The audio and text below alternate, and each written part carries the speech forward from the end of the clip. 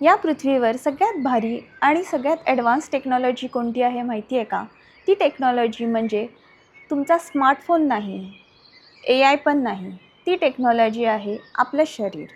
आपलं शरीर हे सगळ्यात ॲडव्हान्स टेक्नॉलॉजी आहे आणि हे शरीर चालवण्यासाठी गरज असते इंधनाची आणि ते इंधन म्हणजेच पाणी. माणसाचं शरीर 60% पाण्याने बनलेलं असतं.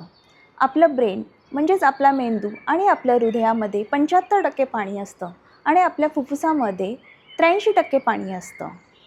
जेव्हा केव्हा आपल्याला थकवा आल्यासारखं जाणवतो, ताण जाणवतो, तेव्हा आपल्याला महागड्या औषधाची गरज नसते.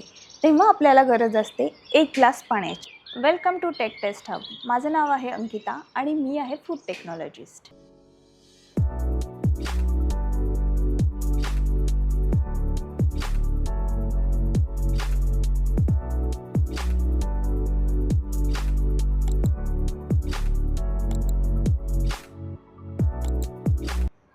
आजचा टॉपिक आहे पाणी.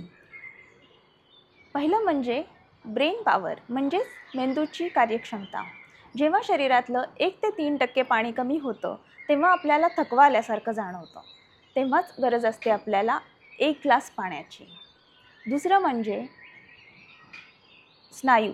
आपले स्नायू म्हणजे आपले मसल्स. आपण वर्कआउट करतो. आपले स्नायू 80% पाण्याने बनलेले असतात आणि वर्कआउट केल्यामुळे आपल्याला जो थकवा जाणवतो तेव्हा गरज असते आपल्याला पाण्याची. तिसरं म्हणजे नॅचरल डिटॉक्सिफिकेशन. आपल्या शरीरातले विषारी घटक बाहेर टाकण्यासाठी आपल्याला कोणत्या महागड्या ज्यूसची गरज नसते. गरज असते आपल्याला पाण्याची.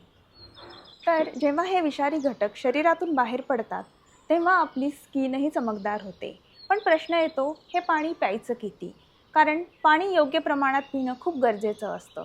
जेव्हा आपण कमी पाणी पितो तेव्हा आपल्याला डिहायड्रेशन जाणवतं. डिहायड्रेशन म्हणजेच शरीरातली पाण्याची पातळी कमी होणे, थकवा जाणवणे, किडनीवरती ताण येणे, किडनी स्टोन होणे यासारख्या गोष्टी होतात.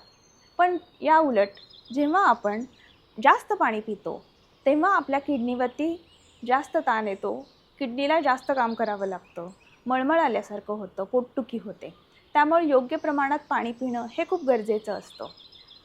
पाणी किती प्यायचं याचा डायरेक्ट संबंध आहे आपल्या वजनाशी. तुम्ही कमेंट करा मला तुमचं वजन आणि मी तुम्हाला सांगेल किती लिटर पाणी तुम्ही पिलं पाहिजे. तर योग्य प्रमाणात पाणी प्या आणि स्वस्थ राहा. Thanks for watching this video.